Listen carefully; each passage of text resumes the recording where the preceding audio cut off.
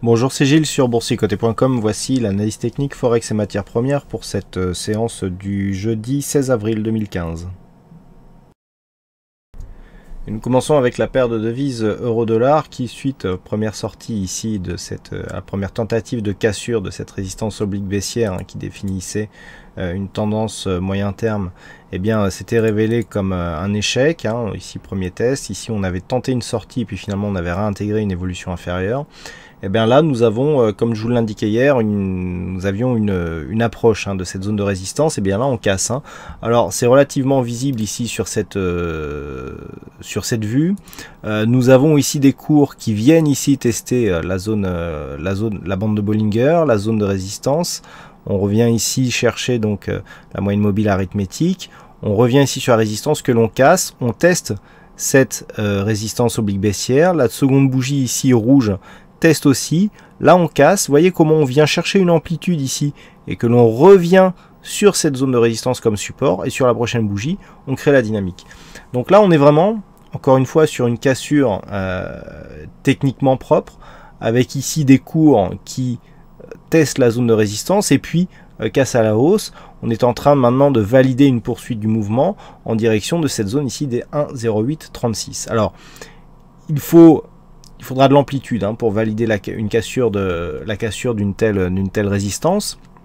La prochaine zone d'objectif se situe ici sur 1,0836, voire 1,0855. Par contre, il faudra, pour confirmer la sortie de cette tendance, valider une rupture haussière des 1,1045 qui était déjà l'objectif à valider sur la première cassure ici. Je vous avais indiqué qu'il fallait valider la cassure haussière du précédent point haut significatif qui se trouvait justement sur cette zone. On était même à 1,1050. Donc c'est toujours cette zone qu'il faut valider, sauf que là on part de plus bas. Alors certes la configuration ici n'est pas surachetée, donc on a encore de la marge, au niveau du MACD on n'a pas une grosse amplitude. Maintenant sur ce début, le fait déjà d'avoir franchi cette zone de résistance sur une configuration non surachetée a été plus aisé que ce que nous avions eu ici. Alors attention, on avait eu quasiment la même configuration là, ici une phase de hausse, on avait testé et on avait tout de suite ensuite cassé. On n'avait jamais réussi à retrouver d'une manière pérenne cette zone comme zone de support. Donc nous verrons si cette rupture ici provoque un retournement de tendance ou, selon un autre scénario que j'ai commencé à envisager hier, une phase de stabilisation. Car tant que nous sommes au-dessus ici de cette zone de résistance, mais sous la zone des 1,1050, nous serons dans une phase de neutralisation, dans le sens où nous avons ici donc une phase de baisse relativement conséquente, l'inscription d'un point bas, on marque un rebond technique, ici on fait un double top, dont a priori l'objectif ne sera pas atteint, on remonte légèrement, et ces deux points bas ici, on va y revenir dessus, sont quasiment sur le même niveau, et ici ces points hauts sont quasiment sur les mêmes niveaux. Si on franchit, déjà qu'on a eu une tentative de franchissement qui n'a pas abouti, si on refranchit mais sans marquer de nouveau plus haut, là il sera clairement établi que nous sommes sur un mouvement de neutralisation.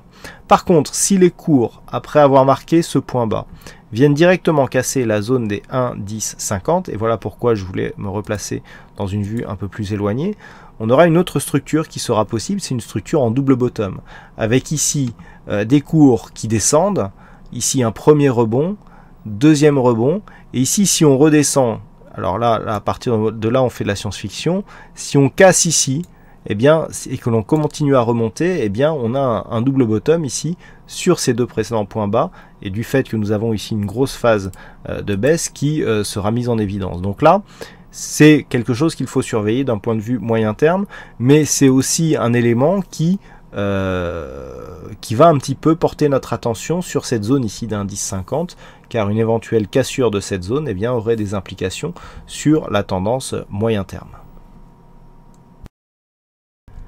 Sur le dollar yen, nous avons là aussi une phase de neutralisation, mais qui dure depuis un peu plus longtemps, puisque nous avons cette zone ici de point bas qui définit la zone base d'une zone de range que la paire de devises occupe actuellement.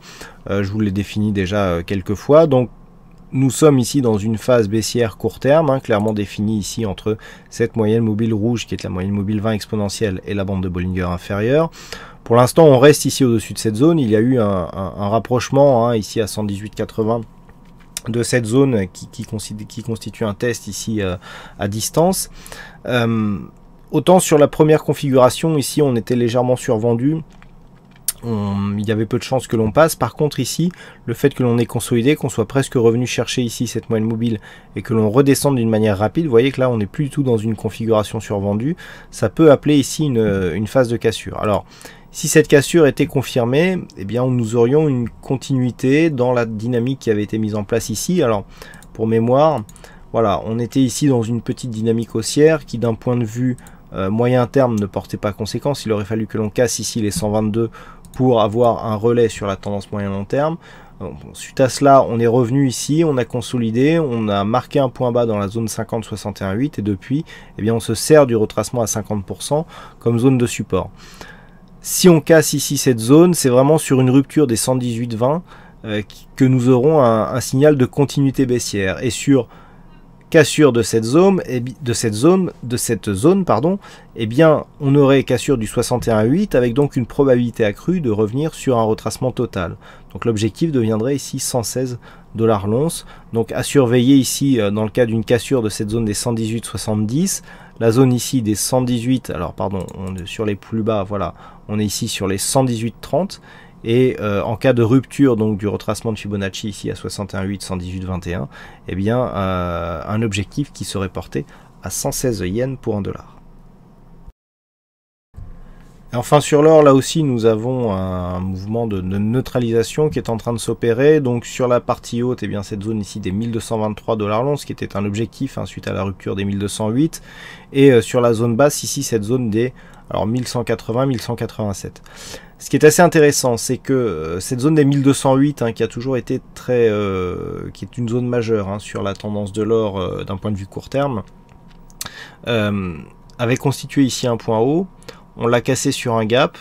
Cette zone a été validée ici comme zone de support, et depuis qu'on est repassé en dessous, par deux fois, on est venu ici valider cette zone comme une zone de résistance. Donc ça confirme et ça conforte l'orientation neutre, puisque même d'un point de vue court terme, vous voyez qu'on navigue ici entre cette zone des 1208 et cette zone des 1187. Donc il y a une neutralisation parfaite, autant d'un point de vue moyen terme que d'un point de vue court terme.